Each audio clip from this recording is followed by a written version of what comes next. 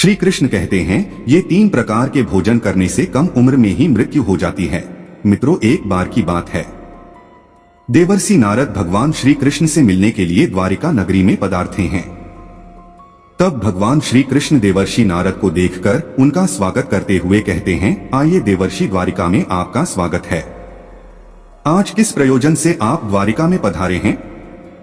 तब देवर्षि कहते हैं, हे प्रभु, मेरे मन में आज यह जानने की इच्छा है कि मनुष्य को किस प्रकार का भोजन करना चाहिए, किस प्रकार का भोजन मनुष्य की आयु बढ़ाने वाला होता है और किस प्रकार का भोजन आयु को कम करने वाला होता है। हे प्रभु, मनुष्य को भोजन किस दिशा में मुख करके करना चाहिए? भोजन करने से पूर्व कौन सा मंत्र बोलना चाहिए? कृपा करके आप मुझे इन सभी प्रश्नों के उत्तर दीजिए।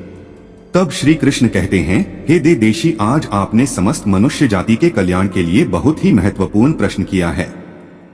यह बात सत्य है कि मनुष्य जिस प्रकार का भोजन करता है उसी के अनुसार उसका स्वभाव, भाग्य और उसका अगला जन्म निर्धारित होता है। हे देवर्षि, इस विषय में एक प्राचीन इतिहास है जो मैं आपको सुनाता हूँ। त्रेता युग में यह कथा महर्षि अगस्त्य ने भगवान श्री राम को सुनाई थी, इसीलिए इस कथा का महत्व बहुत अधिक है। इस प्राचीन कथा के माध्यम से आपको आपके सभी प्रश्नों के उत्तर मिल जाएंगे। इसीलिए आप इस कथा को ध्यान से पूरा अवश्य सुने और इसका प्रचार करें। जो भी इस कथा का श्रवण करता है उसके समस्त पापों का नाश होता है और उसे सैकड़ों वर्षों तक दान करने का पुण्य मिलता है। देवर्षि कहते हैं, हे प्रभु, मैं इस कथा को अवश्य सुनना चाहता हूँ। इस कथा को मैं ध्यान पूर्वक सुनूंगा और इसका प्रचार पृथ्वी लोक पर करूंगा। श्री कृष्ण कहते हैं, प्राचीन काल की बात है, उस समय एक बहुत बड़ा जंगल था। उस जंगल का आकार 100 योजन था, लेकिन उस जंगल में कोई भी पशु और पक्षी नहीं रहते थे। वृक्ष और पेड़ पौधे ही थे। कोई भी पशु उस जंगल की तरफ नहीं जाता था, लेकिन उस जंगल के मध्य भाग में एक 4 कोस लंबी झील थी और केवल उसी झील में हंस तथा अन्य पशु पक्षी रहा करते थे। एक बार अगस्त्य मुनि उस झील के पास से गुजर रहे थे तो उन्हें एक बहुत ही अजीब चीज दिखाई दी। उस झील के पास एक बहुत बड़ा आश्रम था जो बहुत पुराना हो गया था, लेकिन फिर भी अत्यंत सुंदर और पवित्र दिखाई पड़ रहा था। उस आश्रम में कोई भी साधु तथा तपस्वी नहीं रहता था। वह आश्रम पूरी तरह से खाली था। अगस्त्य मुनि एक रात के लिए उस आश्रम में ठहर गए और सुबह उठकर वे उस झील के पास चले गए तो उन्हें रास्ते में एक मुर्दा अर्थात लाश पड़ी हुई दिखाई पड़ी, जो शरीर से अत्यंत बलवान और रष्ट पुष्ट था, जिसे देखकर मालूम होता था कि वह किसी तरुण पुरुष की लाश है। उस लाश को देखकर अगस्त्य मुनि सोचने लगे कि यह कौन है, इसकी मृत्यु कैसे हो गई तथा वह इस जंगल में आखिर कैसे आया होगा। उस मरे हुए आदमी के बारे में जानने की अगस्त्य मुनि को जिज्ञासा हुई। तभी अचानक आकाश में उन्हें एक दिव्य विमान दिखाई पड़ा और वह दिव्य विमान उस झील के समीप आकर रुक गया और उस विमान से एक दिव्य पुरुष उतरा और वह उस झील में नहाने के लिए चला गया। झील में नहाने के बाद वह बाहर आया और उस मुर्दे का मांस खाने लगा। उसने भरपेट उस मोटे ताजे मुर्दे का मांस खा लिया और फिर से विमान में बैठकर स्वर्ग की ओर जाने लगा। तभी अगस्त्य मुनि ने उस दिव्य पुरुष को आवाज लगाई, हे दिव्य पुरुष, तुम कौन हो? तुम देवताओं के समान दिखाई पड़ते हो, किंतु तुम्हारा भोजन बहुत घृणित है। तुम मुर्दे का मांस क्यों खा रहे हो? ऐसा भोजन भला कोई देवता कैसे कर सकता है? फिर उस स्वर्गवासी दिव्य पुरुष ने अगस्त्य मुनि की तरफ देखा और उन्हें हाथ जोड़कर प्रणाम करके कहने लगा, हे विप्रवर, आपको प्रणाम है। मैं आपको मेरी कहानी सुनाता हूँ। पूर्व काल की बात है, विदर्भ देश में मेरे महायशस्वी पिता राज्य करते थे। वे वसुदेव के नाम से तीनों लोगों में प्रसिद्ध थे और परम धार्मिक व्यक्ति थे। उनकी 2 पत्नियां आई थी। उन दोनों पत्नियों से उन्हें एक एक करके 2 पुत्र हुए। मैं उनका सबसे बड़ा बेटा था। लोग मुझे श्वेत के नाम से जानते थे और मेरे छोटे भाई का नाम सूरत था। पिताजी की मृत्यु के बाद मुझे विदर्भ देश का राजा बना दिया गया और मैं वहां सावधानी के साथ राज्य चलाने लगा। राज्य करते हुए मुझे कई 1000 साल बीत गए। फिर एक दिन मुझे वैराग्य हुआ और मैंने राजपाट का त्याग करने का निर्णय लिया और मृत्यु पर यंत्र तपस्या करने का निश्चय करके मैं जंगल में रहने के लिए चला गया। अपने राज्य को मैंने अपने छोटे भाई सूरत को सौंप दिया और उसे राजा बना दिया। फिर इस झील के पास आकर मैंने कठोर तपस्या करना आरंभ किया। 80,000 वर्षों तक मैंने इस जंगल में तपस्या की और उसी के प्रभाव से मुझे ब्रह्मा लोक की प्राप्ति हुई, लेकिन ब्रह्मा लोक पहुंचने के बाद भी मुझे भूख और प्यास अधिक सताने लगी। मेरे सभी इंद्रिय तिलमिला उठे। फिर मैंने ब्रह्मलोक के सर्वश्रेष्ठ देवता ब्रह्मा जी से पूछा, हे भगवान, मैंने तो सुना है कि ब्रह्मलोक में किसी भी प्राणी को भूख और प्यास नहीं लगती है, फिर मुझे भूख और प्यास क्यों लग रही है?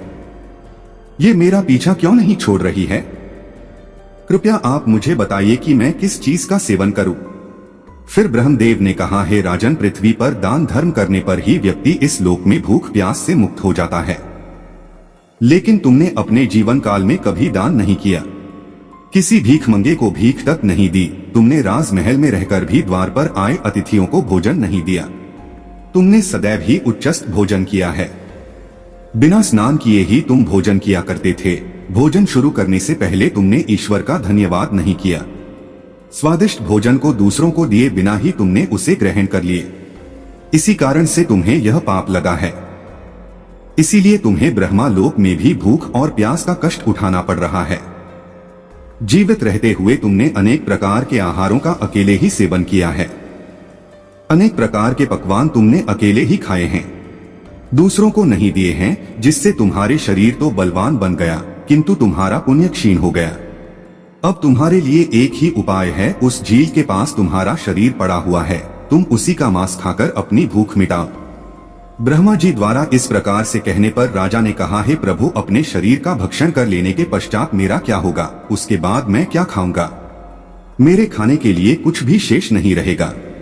कृपया कुछ ऐसा भोजन बताएं जिसका भक्षण कर लेने पर भूख मिट जाए और जो कभी खत्म ना हो। तब ब्रह्मदेव कहते हैं, हे राजन, तुम्हारा शरीर ही मैंने अक्षय बना दिया है, उसे तुम रोज खाओगे, फिर भी यह समाप्त नहीं होगा, वह दूसरे दिन फिर से ताजा हो जाएगा। इस मृत शरीर के अंग फिर से उग आएंगे और उन्हें तुम फिर खा सकोगे, और जब तुम अपने शरीर का मांस खाते हुए 100 वर्ष बीत जाएंगे, उसके बाद तुम्हारे इसी जंगल में एक दिन महर्षि अगस्त्य पधारेंगे और उन्हीं के द्वारा तुम इस पाप से मुक्ति पा सकोगे। इस प्रकार से राजा ने सारी हकीकत महर्षि अगस्त्य को बता दी और कहने लगे, हे विप्रवर, मेरा शरीर कभी नष्ट नहीं होता है और मैं रोज आकर अपने शरीर का मांस खाता हूँ। ना जाने कब मुनि अगस्त्य यहाँ पर पधारेंगे और मुझे इस कष्ट से मुक्ति दिलाएंगे। ऐसा सोचते हुए मुझे 100 वर्ष बीत चुके हैं और मैं आज भी उनकी राह देख रहा हूँ। राजा श्वेत का इस प्रकार से कथन सुनकर महर्षि अगस्त्य बोले, अच्छा, तो तुम्हारे सौभाग्य से मैं यहाँ पर आया हूँ। मैं ही मुनि अगस्त्य हूँ, और बोलो मैं तुम्हारी किस प्रकार से सहायता कर सकता हूँ? तब राजा अत्यंत प्रसन्न हुए और जमीन पर लेटकर महर्षि अगस्त्य के चरणों को वंदन करने लगे। राजा श्वेत बोले, हैं मुनि, कृपया आप मुझे इस घृणित आहार से मुक्त कीजिए तथा जिस पाप के कारण मुझे ये प्राप्त हुआ है, उस पाप से भी मुझे मुक्त कीजिए, जिससे मुझे अक्षय लोक की प्राप्ति हो सके। हे ऋषि, मैं आपको ये दिव्या आभूषण भेंट करता हूँ, कृपया आप मुझ पर कृपा करें। राजा की दुख भरी बातें सुनकर मुनि को उन पर दया आ गई। जैसे ही राजा ने वह दिव्य आभूषण महर्षि अगस्त्य के हाथ पर रखा, उसी समय उनका मृत शरीर अदृश्य हो गया और वे उस पाप से मुक्त हो गए। और फिर महर्षि अगस्त्य से आज्ञा लेकर वे उस दिव्य विमान में बैठकर ब्रह्मलोक को चले गए। इस प्रकार से उस राजा श्वेत को दान न करने के पाप से मुक्ति मिली। भगवान श्री कृष्ण कहते हैं, हे देवर्षि, इस प्रकार से उच्चष्ट भोजन करने के कारण ही विदर्भ देश के महाराज को ब्रह्मलोक में रहने पर भी तृप्ति नहीं मिली और उन्हें पृथ्वी लोक पर आकर स्वयं का ही मांस खाना पड़ा। हे देवर्षि, अब मैं तुम्हें भोजन के नियम बताता हूँ, आप इसे ध्यान से सुनिए। भोजन शुरू करने से पहले थोड़ा सा अन्न भूमि पर रखना चाहिए, ताकि देवता, पशु, पक्षी, सर्प, दैत्य तथा प्रेत पिशाच जो अपने कर्म बंधन से बंधे हुए हैं, उन सभी को अन्न की प्राप्ति हो। यदि भोजन करते समय कोई अतिथि आ जाए तो उसका स्वागत करें और उसे आसन देकर प्रणाम करके उसका सत्कार करें। फिर उसे श्रद्धा पूर्वक भोजन कराकर विदा करें, क्योंकि जिसके घर से अतिथि निराश होकर लौट जाता है, उसे वह अपने पाप देकर उसके शुभ कर्मों को ले जाता है। श्री कृष्ण कहते हैं, मनुष्य को पिता के घर में रहने वाली विवाहित कन्या, दुखिया और गर्भधारण की हुई स्त्री तथा वृद्ध को भोजन कराने के बाद ही भोजन करना चाहिए। इन सभी को भोजन कराए बिना जो स्वयं भोजन ग्रहण करता है, उसका भोजन पापमय बन जाता है। ऐसा व्यक्ति नरक में ही जाता है जो स्नान किए बिना ही भोजन करता है। उसका भोजन मल भक्षण के समान हो जाता है। जो बालक एवं वृद्ध आदि के हिस्से का भोजन करता है उसका भोजन विष्टा के समान हो जाता है, और जो बिना दान किए ही भोजन ग्रहण करता है उसका भोजन विष के समान बन जाता है। मनुष्य को कभी भी दुराचारी व्यक्ति द्वारा दिया गया अथवा दूसरों द्वारा अपमानित करके दिया गया भोजन कभी भी ग्रहण नहीं करना चाहिए। मनुष्य को चाहिए कि परोसे हुए भोजन का अग्रभाग अग्नि को देकर ही भोजन करना चाहिए। भोजन को एकाग्रचित होकर करना चाहिए। प्रथम मीठा, फिर लवण और खट्टा और अंत में कटु एवं तीखे पदार्थों का सेवन करें। प्रथम 3 निभाले मौन होकर ग्रहण करने चाहिए। ऐसा करने से व्यक्ति के सभी पाप कर्म तुरंत नष्ट हो जाते हैं और भगवान की कृपा से उसे जीवन भर कभी अन्न की कमी महसूस नहीं होगी। श्री कृष्ण कहते हैं, पूर्व दिशा में बैठकर भोजन करने से व्यक्ति रोगों से और मानसिक तनाव से मुक्त हो जाता है। बीमार बुजुर्गों को पूर्व की ओर मुख करके भोजन अवश्य करना चाहिए। इससे उनके स्वास्थ्य में सुधार होता है, क्योंकि पूर्व दिशा उगते हुए सूर्य की दिशा है और सूर्यदेव बल, आरोग्य तथा दीर्घायु प्रदान करते हैं। विद्या की अभिलाषा रखने वाले मनुष्य को उत्तर दिशा की ओर मुख करके भोजन करना चाहिए। यह दिशा देवी सरस्वती की दिशा है। ध्यान रहे दक्षिण दिशा की ओर मुख करके भोजन न करे, ये मृत्यु की दिशा होती है। इस दिशा में मुख करके भोजन करने से आयु कम होती है। टूटे फूटे बर्तनों में भोजन नहीं करना चाहिए, यह दुर्भाग्य को निमंत्रण देता है। भोजन हमेशा स्वच्छ थाली में ही करना चाहिए। गंदी थाली में भोजन करने से जीवन में दुर्भाग्य आता है। एकादशी के दिन तामसिक अन्न का सेवन न करें। जो मनुष्य एकादशी के दिन तामसिक अन्न अर्थात मांस का सेवन करता है, लक्ष्मी उसे छोड़कर चली जाती हैं। भोजन का अपव्यय करना अनर्थ माना गया है, इसलिए थाली में जितना आवश्यक हो उतना ही भोजन ले। अगर कोई व्यक्ति साथ में भोजन कर रहा हो तो उसका भोजन समाप्त हो तक उठकर नहीं जाना चाहिए। इससे पितृदेव नाराज हो जाते हैं। भोजन के बाद थाली में हाथ धोना अनुचित माना गया है। थाली में हाथ धोने से अन्न का अपमान होता है। भोजन के बाद थाली में हाथ धोने वाले लोग नीच योनि में जन्म लेते हैं। सबसे महत्वपूर्ण बात ध्यान रहे कि व्यक्ति को बिस्तर पर बैठकर कतई भोजन नहीं करना चाहिए। ऐसा करने से व्यक्ति कई प्रकार के रोगों से ग्रसित हो सकता है। भोजन केवल जमीन पर आसन बिछाकर उस पर बैठकर ही करना चाहिए। भोजन करते समय दिशाओं का ध्यान रखना बहुत ही आवश्यक होता है। यदि गलत दिशा में बैठकर अथवा गलत दिशा में मुख करके भोजन करने से व्यक्ति को उसके अनिष्टकारक परिणाम प्राप्त होते हैं। भगवान श्री कृष्ण कहते हैं, जिस भोजन के ऊपर से कोई पैर रखकर चला गया हो अथवा कोई व्यक्ति भोजन को लांघ कर गया हो तो ऐसे भोजन को कभी खाना नहीं चाहिए। ऐसा भोजन अशुद्ध हो जाता है। ऐसे भोजन को पशुओं को खिला देना चाहिए। दूसरों के द्वारा लांघा गया भोजन खाने से मनुष्य की आयु कम हो जाती है और उसके शरीर में भिन्न भिन्न प्रकार के रोग उत्पन्न होते हैं। यदि भोजन में बाल निकल आता है तो ऐसा भोजन त्याज्य हो जाता है। यदि अन्न में बाल निकलता है तो उसे ईश्वर को कभी प्रसाद के रूप में नहीं चढ़ाना चाहिए और ना ही स्वयं खाना चाहिए। ऐसा भोजन प्रेतों को प्राप्त हो जाता है। कहते हैं, मनुष्य को दूसरों के लिए परोसा हुआ भोजन भी नहीं खाना चाहिए। जो मनुष्य दूसरों का भोजन छीन के खाता है अथवा किसी को बिना दिए ही स्वयं उस अन्न का उपभोग करता है, उससे देवी अन्नपूर्णा रुष्ट हो जाती है। भोजन सभी में बांटकर खाना चाहिए। दूसरों के हिस्से का भोजन करने से मनुष्य के पुण्य कर्म नष्ट हो जाते हैं।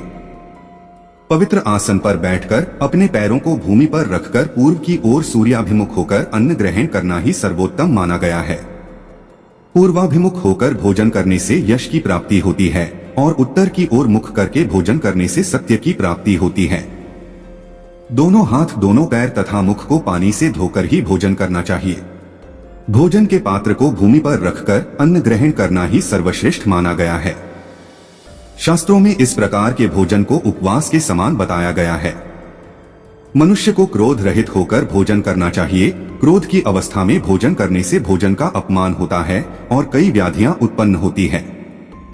यदि चित्त कहीं और हो तब भी भोजन नहीं करना चाहिए और गुस्से से भरे मन से भी भोजन करना अशुभ होता है। जो जूते पहनकर भोजन करता है, इस प्रकार के भोजन को आसुरी भोजन कहा गया है। ठीक मध्य रात्रि में ठीक मध्याह्न होने पर भी भोजन करना अशुभ माना गया है। यदि पेट खराब हो तब भी भोजन नहीं करना चाहिए। गीले वस्त्र पहन करके भी भोजन करना अशुभ होता है। दूसरों के लिए परोसा गया भोजन भी कभी नहीं करना चाहिए। सोते हुए खड़े होकर टूटे फूटे पात्र में भूमि पर रखकर अथवा हाथ पर रखकर भोजन ग्रहण करने से दरिद्रता आती है। भोजन करते समय वेदों का उच्चारण नहीं करना चाहिए। शास्त्रों के अनुसार स्त्री को पति के भोजन के बाद ही भोजन कर लेना चाहिए। यदि पति घर से दूर हो तो पति को ध्यान करके भोजन ग्रहण करना चाहिए। इससे पति की आयु लंबी होती है और स्त्री सदा सुहागिन रहती है। पति से पहले भोजन करना शास्त्रों में शुभ माना नहीं गया है। इससे पति की आयु कम हो जाती है। इसके साथ ही विष्णु पुराण के अनुसार पति और पत्नी को एक साथ बैठकर भोजन नहीं करना चाहिए। ऐसा करने से दोनों में क्लेश और विवाद होता है। सवारी पर बैठकर अर्थात किसी वाहन में बैठकर भी भोजन ग्रहण करना अनुचित होता है। साथ ही शैया पर बैठकर भोजन करने से व्यक्ति की आयु कम हो जाती है।